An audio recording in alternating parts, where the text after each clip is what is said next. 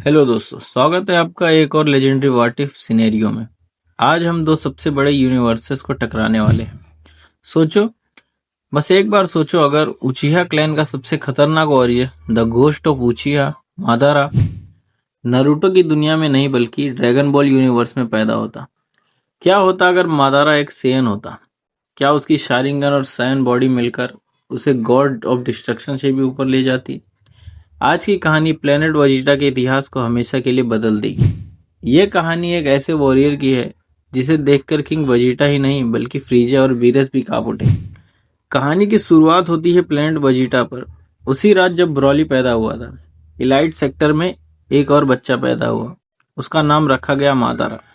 Normal सेयंस baby रोते हैं, चीखते हैं, लेकिन मादारा वो शांत था, बिल्कुल खामोश। जब डॉक्टर्स ने उसका पावर लेवल चेक किया तो उन्हें हैरानी हुई। स्काउटर्स पर नंबर फ्लक्चुएट कर रहे थे, कभी 500, फिर 2000, फिर 5 और फिर एरर। किंग वजीटा वहां पहुंचे। उन्होंने देखा कि इस बच्चे के चारों तरफ एक अजीब सी पर्पल ऑरा है। ये नॉर्मल की नहीं थी, ये कुछ और था। चाकरा और की का एक अननेचुरल फ्यूजन।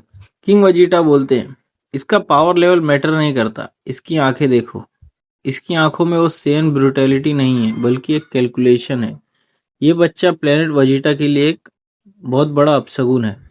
मादारा के फादर जो एक इलाइट कमांडर थे, उन्होंने किंग से दरख्वास्त की कि उसे जिंदा रखा जाए। किंग वजीटा ने अलाउ तो कर दिया, लेकिन एक शर्त पर। मादारा को सबसे डेंजरस मिशन पर भेजा जाएगा।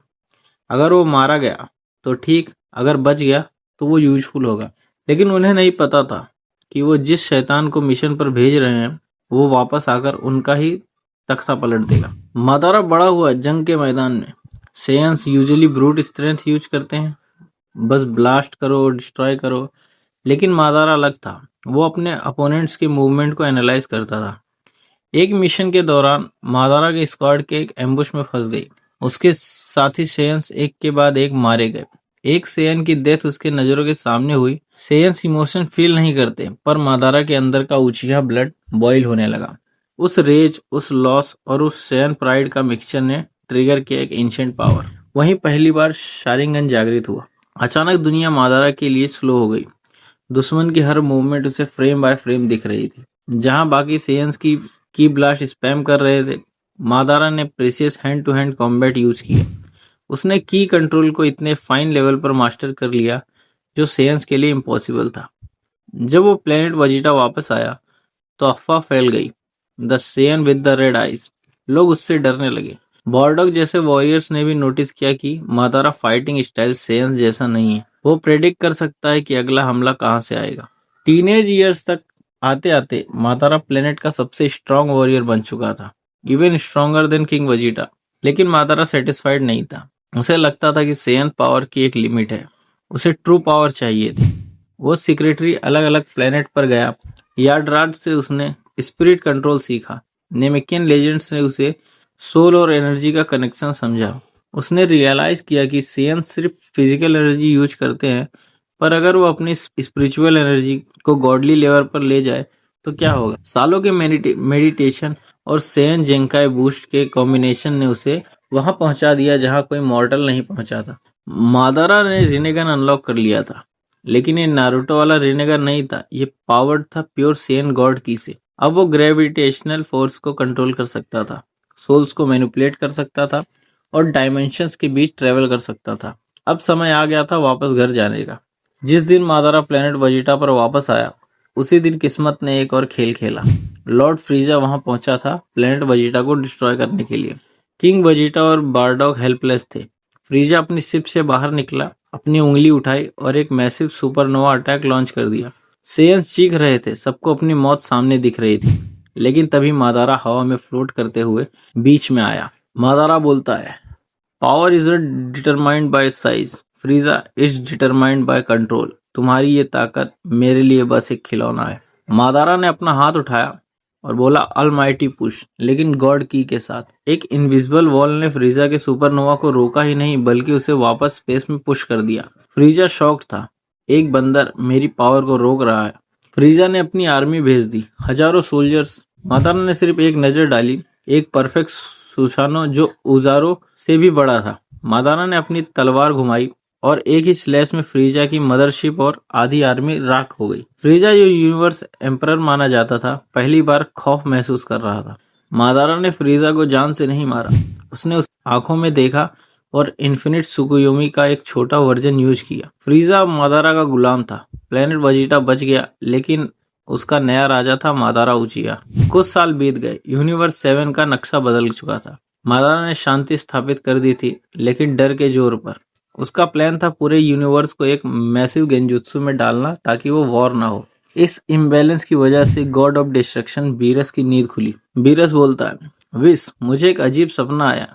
कोई है जो हागाइशिन का काम कर रहा है, लेकिन डिस्ट्रक्शन से नहीं, कंट्रोल से। कौन है वो? विश बोलता है, माय लॉर्ड, ये एक सेयन है, लेकिन इसने मॉर्टल बाउंड्रीज तोड़ दी है। इसके पास जो आंखें हैं वो रियलिटी को रिराइट कर सकती हैं। अगर इसे नहीं रोका गया तो ये जेनोसामा के रूल्स के खिलाफ होगा। बीरस को गुस्सा आया, एक मॉर्टल उसके यूनिवर्स को कंट्रोल कर रहा है।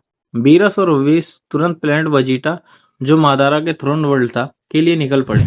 लेकिन मादारा तैयार था, उसने पहले से ही फ्यूचर देख लिया था। मादारा जानता था कि वो अकेले बीरस को नहीं हरा सकता, इसलिए उसने वो किया जो अनथिंकेबल था।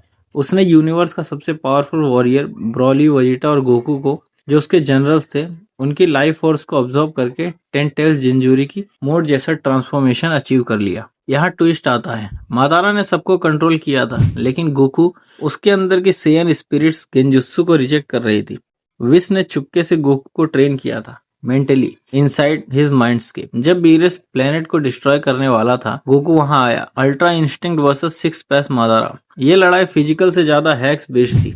मादारा ने लिम्बो क्लोन यूज किए जो दूसरे डायमेंशन में थे। गोकू ने अल्ट्रा इंस्टिंक्ट से उन्हें सेंस किया और डॉज किया विदाउट सीइंग देम। मादारा ने ट्रूथ सीकिंग ऑफ फेंके जो मैटर को इरेज कर सकते थे।